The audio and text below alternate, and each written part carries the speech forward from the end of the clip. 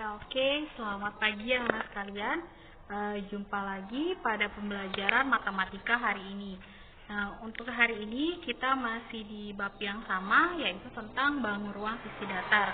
Namun yang pada pertemuan hari ini yang kita bahas adalah tentang limas ya. Jadi silakan diperhatikan baik-baik materi yang Bu Guru sampaikan pada pertemuan hari ini. Oke, nah sebelum masuk ke materi, Bu Guru mengingatkan kembali tentang school value untuk kelas 8, yaitu peserta didik menunjukkan sikap jujur dalam pembelajaran daring. Oke, nah untuk tujuan pembelajaran kita pada hari ini yang pertama yaitu tentang apa sih definisi dari limas itu sendiri.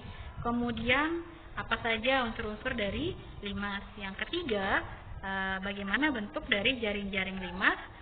Kemudian yang keempat, bagaimana penyelesaian atau rumus dari luas limas. Dan yang terakhir yaitu volumenya ya. Oke, nah sekarang coba perhatikan gambar piramida di samping ya. Nah, ini sebagai salah satu bentuk keajaiban dunia, di mana piramida ini digunakan sebagai makam raja-raja Mesir pada zaman dahulu ya. Nah, kemudian piramida ini juga merupakan salah satu bangunan berbentuk limas. Jadi yang bagian atapnya meruncing. Sementara pada bagian sampingnya itu berbentuk segitiga-segitiga. Jadi kalau dalam matematika, bagian ini disebut dengan sisi selimut. Nah, oke. Nah, ini baru pengantarnya. Nah, sekarang kita masuk ke materi intinya, oke. Nah, sekarang kita masuk ke definisinya. Jadi untuk limas itu definisinya adalah bangun ruang yang memiliki alas berbentuk segi banyak dan bidangnya tegak berbentuk segitiga yang salah satu sudutnya bertemu di satu titik ya. Nah, di mana titik selanjutnya itu disebut sebagai titik puncak limas. Nah, untuk gambarnya silakan lihat di sini. Oke, ini gambar limasnya.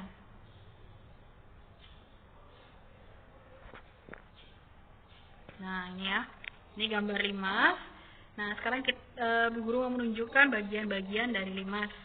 Jadi yang pertama paling atas yang ujungnya meruncing itu disebut dengan puncak atau titik puncak ya. Nah, kemudian yang di pinggirnya itu yang miringnya itu setiap ruasnya itu disebut dengan rusuk tegaknya ya. Nah, kemudian untuk yang sisi segitiganya itu disebut sisi tegak.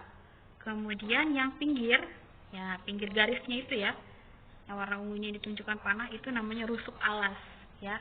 Kemudian yang merah ini itu adalah sisi alas. Nah, yang garis putus-putus kuning itu adalah tinggi limasnya ya. Nah, jadi untuk ciri-ciri limas dapat disimpulkan sebagai berikut. Jadi limas itu mempunyai satu sisi alas. Jadi yang merah itu sisi alas ya, dan tidak mempunyai sisi atas atau tutup ya. Jadi kalau sama prisma itu atas dan bawahnya sama bentuknya. Tapi kalau limas yang di bawahnya itu berbentuk satu sisi alas, tapi yang di atasnya itu meruncing ya.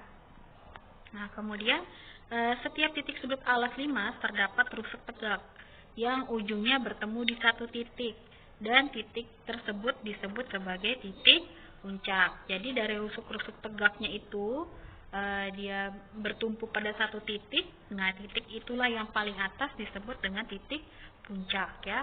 Nah, semua sisi tegaknya itu berbentuk segitiga ya. Nah, sekarang kita masuk ke unsur-unsurnya.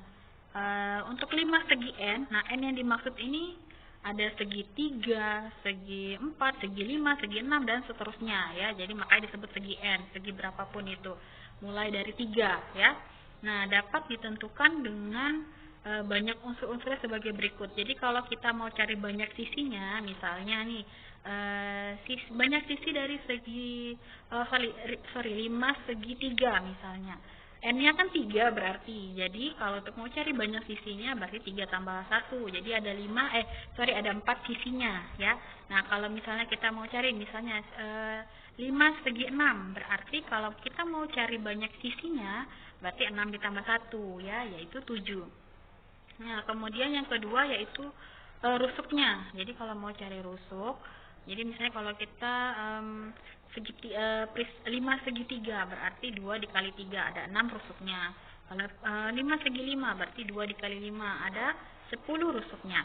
Nah, kemudian untuk banyak titik sudut ya, untuk banyak titik sudut di sini sama juga. Jadi kalau mau cari titik sudut untuk 5 segi 3 berarti 3 tambah 1 ada 4 titik sudutnya. Begitu juga dengan banyak diagonal sisinya. Jadi kalau misalnya diagonal mau cari segitiga, sisi yang segitiganya diagonal sisinya berarti 3 dikali 3 kurangi 3 per 2 ya. 3 kurangi 3 kan 0, berarti 0 dibagi 2 tidak ada. Jadi untuk segitiga, 5 segitiga tidak ada diagonal sisinya. Nah, kemudian untuk selanjutnya 5 itu tidak mempunyai diagonal ruang ya. Oke, nah jaring-jaring selanjutnya. Nah, kalau untuk jaring-jaring ini yang dicontohkan adalah 5 segi 4. Nah, itu seperti itu kalau di belahnya ya. Nah, nanti untuk 5 segi yang lain bisa kalian cari sendiri. Nah, selanjutnya untuk luas. Kalau untuk luas permukaan limas itu dapat ditentukan dengan cara luas alas ditambah luas selimut atau luas alas ditambah dengan jumlah luas sisi tegaknya ya. Nah, kemudian yang selanjutnya adalah volume. Kalau untuk volume limas itu rumusnya adalah 1/3 kali luas alas kali tinggi ya. Nah, kita masuk sekarang ke contoh soal. Nah, untuk contoh soal di sini contohnya yaitu limas T ABCD ya. Jadi T-nya itu dimaksud adalah tingginya ya, simbol dari tingginya. Dengan alas berbentuk persegi panjang dengan ukuran 18 cm kali 10 cm, di mana tinggi limasnya itu adalah 12 cm. Tentukan luas permukaan limas tersebut. Jadi langkah pertama kita ingat kalau untuk mencari luas limas itu luas alas ditambah dengan jumlah sisi tegaknya ya. Nah, ini gambarnya di mana berbentuknya persegi panjang. Nah, kalau persegi panjang berarti setiap sisinya yang sehadap itu sama besar ya. Oke. Nah, sekarang di sini kan dibilangnya ukurannya 18 kali 10 alasnya. Berarti panjangnya 18 ya, panjangnya yang ini, AB-nya ini ya 18 itu panjang, CD-nya juga ini 18 panjang. Kemudian lebarnya itu 10 ya, yang BC ini.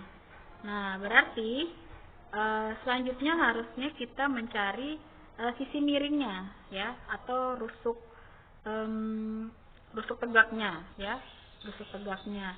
Jadi sisi yang berhadapan ya, jadi sisi yang berhadapan itu antara ABT, sisi yang segi berhadapan dengan CDT itu sama besarnya. Begitu juga dengan CBT dengan ADT ya. Itu bentuknya kan segitiga semua. Jadi kita harus cari dulu sisi miringnya ya. Nah, di situ berarti kalau kita mau cari si TE-nya berarti pakai Pitagoras ya. Sudah Bu Guru jelaskan sebelumnya. Pitagorasnya karena kita mau cari sisi miring berarti sisi yang lainnya kita jumlahkan, kuadrat sisi lainnya kita jumlahkan, maka didapat TE-nya itu 13. Nah, kemudian kita cari TF-nya, TF untuk sisi yang sebelahnya ya, itu didapat 15. Oke, nah selanjutnya tinggal kita mencari luasnya. Kalau sudah ketemu luas alasnya, ingat bentuknya persegi panjang berarti panjang kali lebar. Nah, kemudian jumlah sisi tegaknya, karena ini persegi panjang alasnya berarti sisi yang berhadapan itu besarnya sama. Jadi ada dua sisi yang berbeda ukuran di sini ya. Nah, karena bentuknya segitiga, ingat jadi pakai rumusnya adalah luas dari segitiga ya. Ya, pakai yang ini. Nah, ini luas alasnya, panjang kali lebar, AB kali BC. Kemudian untuk segitiga yang TAB yang depan ini sama yang belakangnya karena berhadapan, itu pakainya berarti alas kali tinggi bagi 2 ya. Alasnya AB, tingginya adalah TE yang kita cari tadi yang ini ya. Oke, didapat adalah 18 kali 10 ditambah 2 dikali 18 kali 13 per 2 ditambah 2 kali 10 kali 15 per 2 ya. Nah, tinggal kalian jumlahkan hasilnya, maka didapat adalah 564 cm persegi ya. Nah, selanjutnya sini contoh suatu limas segi 4 beraturan sisi tegaknya terdiri atas 4 sisi segitiga sama kaki yang kongruen. Kongruen itu artinya sama, semuanya sama ukurannya, bentuk dan ukurannya sama. Diketahui salah satu segitiga itu adalah 135 cm persegi dan tinggi segitiga dari puncak limas adalah 15 cm. Maka luas permukaannya dan luas alas dan alas segitiganya adalah, nah ini gambarnya ya. Nah, di situ yang diketahuinya adalah tinggi dan luas sisinya, sisi tegaknya yang ini ya, yang ini ada 4. Nah, ini juga ini sisi tegaknya, belakang juga sama sampingnya ya. Nah, sekarang kalau mau cari luas permukaan limas, itu berarti luas alas ditambah dengan jumlah sisi tegaknya ya. Nah, sekarang kita cari dulu luas alasnya, karena kalau luas sisi tegaknya sudah tahu tadi ya, yaitu 135.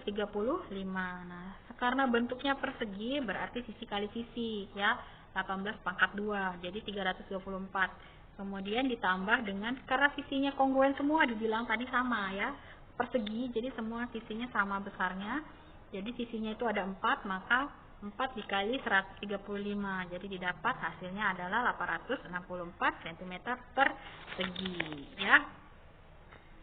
Oke, selanjutnya, nah yang terakhir yaitu tentang volume limas ya. Jadi tinggi limas yang